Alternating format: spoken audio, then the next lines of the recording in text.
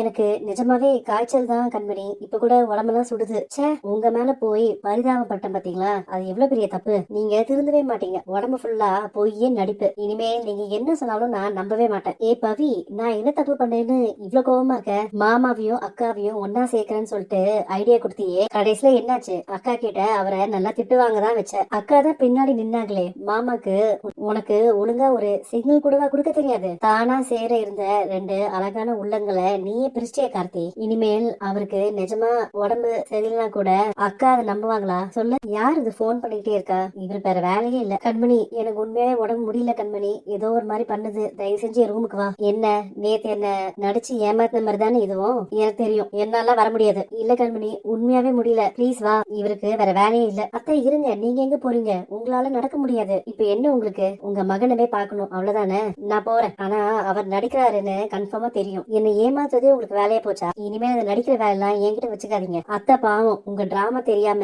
பயந்து போயிட்டாங்க. அவங்க சொன்னதுனாலதான் நான் இங்க வந்திருக்கேன். நான் பேசுறது உங்க காதுல விழுதா இல்லையா? இப்படியே என்ன ஏமாத்தி பயமுத்தி நைசா என்கிட்ட ஒட்டிக்கலான்னு மட்டும் நினைக்காதீங்க. நடிச்சது போதும், எந்திரிங்க. ஏங்க என்னாச்சு? ஐயோ, என்ன இப்படி இருக்காரு? கண்ணை திறங்க, என்ன பாருங்க. நான் வந்துட்டேன், இங்கதான் இருக்கேன், என்ன பாருங்க. எந்திரிங்க, ஒரு நிமிஷம் இருங்க, நான் மாத்திரை எடுத்துட்டு வரேன். பதட்டப்படாதீங்க. இப்ப எப்படி இருக்கு? பரவாயில்ல. இந்த மாத்திரை எதுவுமே காலையில போடலையா?